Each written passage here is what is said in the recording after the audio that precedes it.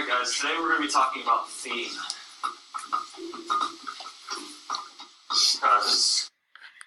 You can see that the camera is positioned in the back of the classroom where you can see the front of the classroom and where the teacher will ultimately be standing. It's in a good position where your eye level to where you can see what's going on in the front of the room.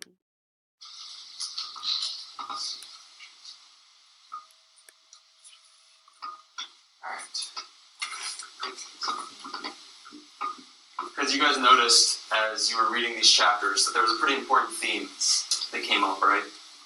With the mockingbird, the title of the book. Okay, so what is a theme? Who can tell me what a theme is?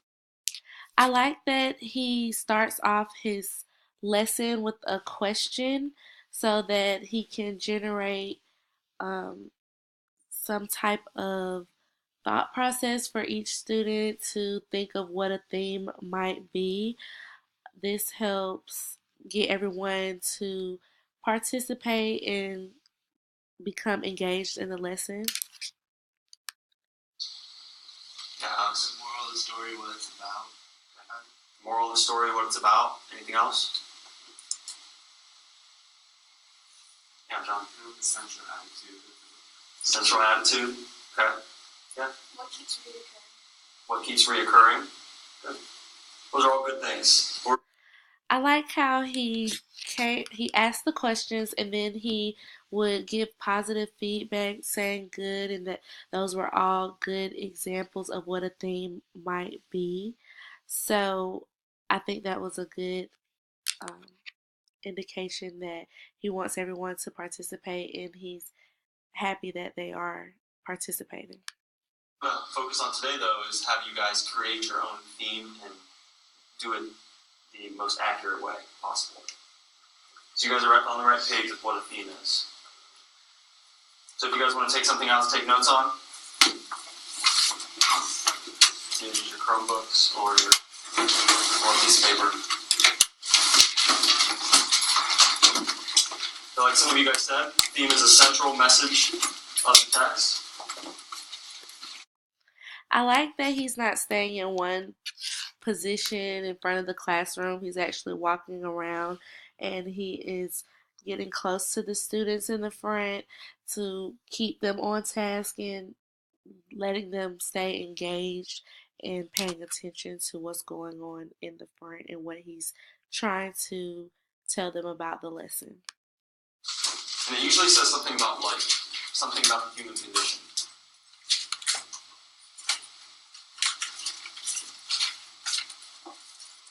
And this PowerPoint's also on Schoology too, so if you guys just want to, you can pull that up. If you don't feel like taking notes, I'm not really helpful.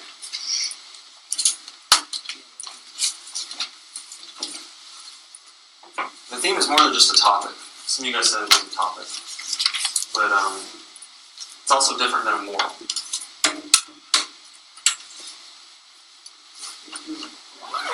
A theme, what's that? It should be called theme.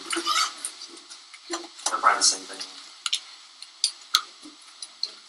Okay.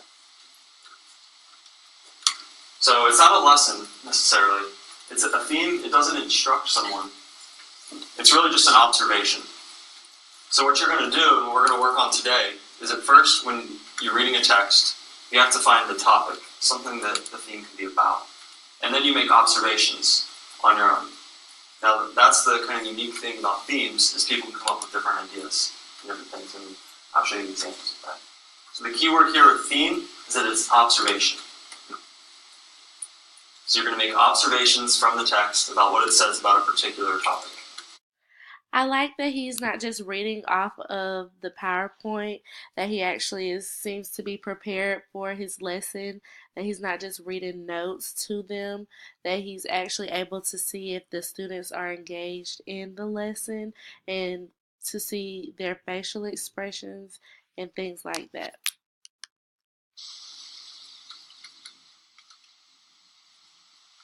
You don't have to get everything down word for word. Just key thing here is just know that themes are observations.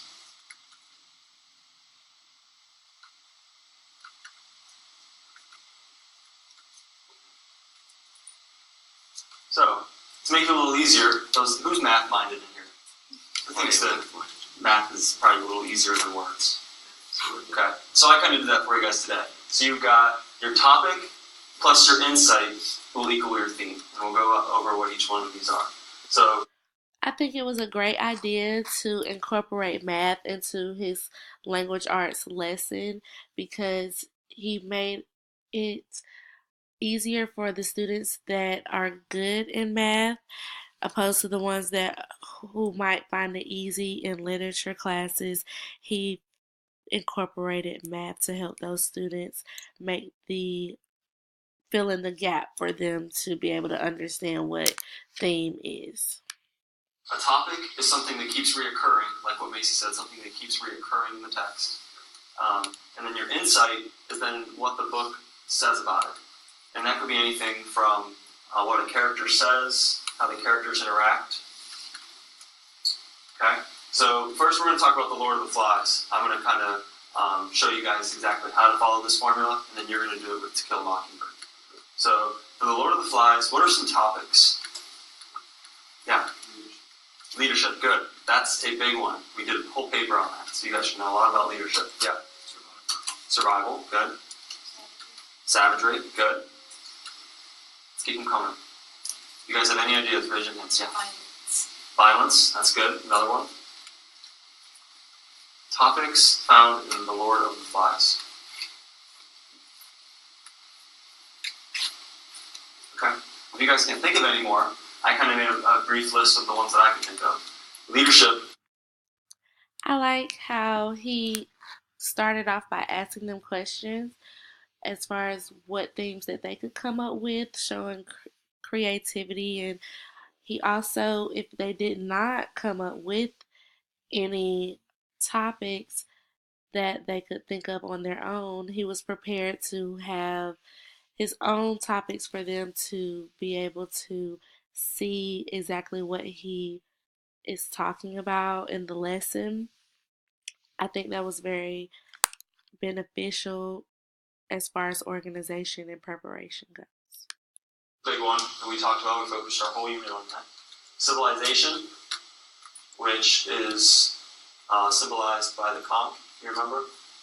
Loss of innocence, world wars, violence, bullying, and survival, like what Dusty said.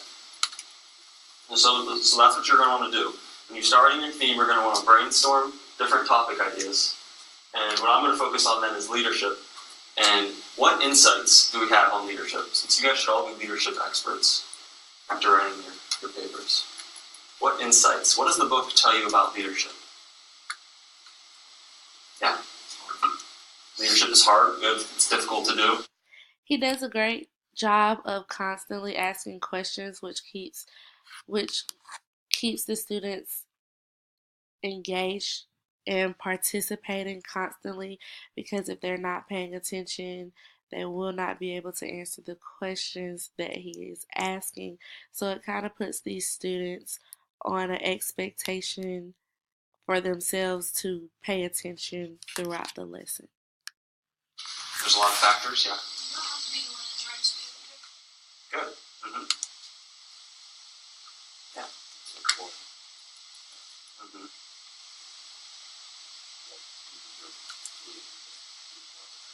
Good. You do need leaders to do a lot of things because you have followers, but you need someone to lead the group in the right direction. Any more? Yeah. Good. You have to be confident. And a lot in your guys' papers, you guys wrote all the different characteristics of leaders, so you guys should be pretty good with that. But what I came up with is three, as I was just kind of brainstorming like what we just did. What you want to start your insights with, this is key, you want to say the novel reveals to us what? So you guys need to write that down about insights. And then you're going to say what it reveals to you. So what I put is characteristics of successful leaders and unsuccessful leaders. So you don't have to be real specific with these insights. I didn't go into what exactly successful leaders are or what unsuccessful leaders are. I just told you what the book reveals to us. And also, you guys can disagree with these too. These are insights. You're going to have different opinions. So even good leaders can be overthrown due to unfortunate circumstances. So as we saw that in the book, we had different characters who were possibly the best leaders, but they were overthrown due to unfortunate circumstances. Something happened. And then I also have one is born with good or bad leadership traits. Now some of you might disagree that sometimes you can change your traits based off of what you want to do as a leader. But I kind of felt like throughout the book that people were either good leaders or bad leaders. They had good characteristics or bad characteristics, and they weren't going to change. So that's kind of something that I saw in the book. Like I said, you guys could have different opinions. You can't really be wrong with insights. That's why it's your observation.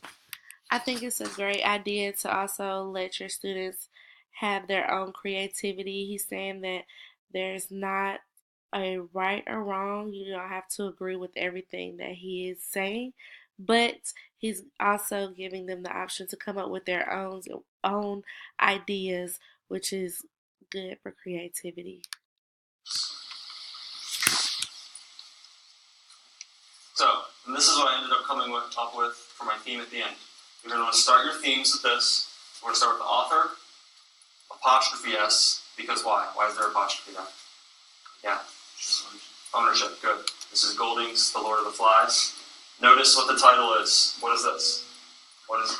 It's in italics. A lot of you guys didn't do that in your papers. So you need to italicize, and it's also The Lord of the Flies, not just Lord of the Flies. That's another thing. A lot of you guys. So then what I did is I combined all my insights. You guys can see that. I put William Golding's The Lord of the Flies shows that leadership is a constant tension of power and displays a character's true nature. So this is where I had the tension was when different leaders are overthrown for different reasons. Displays a character's true nature, which came back to you can't change who you are as a leader. So those are how I combined my insights. Any questions on that? This is what the final result I expect. I like that he asked the students if they have any questions after the lesson, allowing them to have any, making sure that they all understand what his expectations are for their next assignment that will be coming up shortly in the video. And it helps them to speak up in the classroom as well. You guys to get to with To Kill a Mockingbird. No questions, so everyone understands how to come to an accurate theme? Yeah, is it good? Okay. Alright, so now what you're going to do